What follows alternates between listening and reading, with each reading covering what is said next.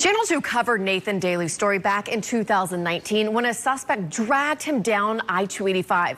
His injuries forced him to medically retire, but the overwhelming amount of support he received gave him an idea.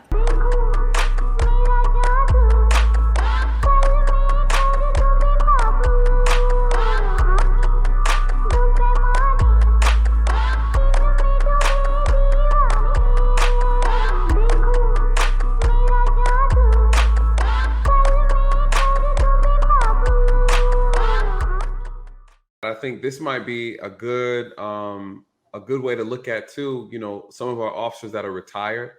And, this would be a good way for some nonprofit organizations to step up and say, hey, we can fund these events, because here in my position, I had to medically retire. As you guys know my story, Muslim Jedi, I'm not sure if you know my story, but I had to medically retire. So I decided to use this knowledge that I gained over these 13 years, just overall, just my personal experience in this profession, and say, how can I still be of benefit? How can I still be of service despite me not physically still working in this profession? And I decided to start my own nonprofit, but that nonprofit is for police officers in repairing the relationship, along with also this YouTube channel to help bring insight, right? To bring transparency, to really have these conversations that we're having now, so that someone has a police representation from the Black community who's going to be legit, right? Not like some of these yahoos on YouTube, right? We know who they are. Don't need to mention their names.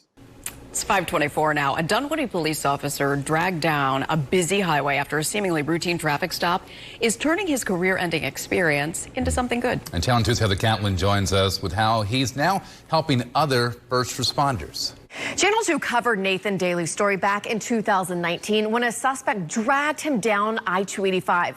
His injuries forced him to medically retire, but the overwhelming amount of support he received gave him an idea. This is the moment that changed Nathan Daley's life. He was trying to arrest a driver when the suspect took off. He drove off with me hanging outside of the window. And then unfortunately, we went down the interstate and I was being rammed against vehicles. All right, everyone, it does look as bad as it feels, but you know me, I will bounce back 10 times stronger. Little knick-knack. I love you guys. Thank you so much for your support. And I accept donations in the form of sweets, cookies, chocolate chip cookies, cupcakes with sprinkles, vanilla, or red velvet. His injuries too severe to allow him to go back to being a police officer. Recovery was difficult, but what changed him was the incredible support he received from around the nation. This is a perfect opportunity to do something in return for officers who may not have gotten the same type of recognition that I received. Because I had that video that went viral. Nathan founded the nonprofit Blue Phoenix Initiative. The goal? To assist injured police officers with financial relief, mental health wellness, and community support. Right now, he's focused on Georgia police officers, but hopes to take this nationwide. We want officers to know that they are loved, that they are supported by thousands and millions of people in this nation. Blue Phoenix Initiative connects people in the community who want to help to injured officers and their families. And guys, this is really something that's needed. According to the FBI, in 2020, almost 19,000 officers in the United States were injured on duty.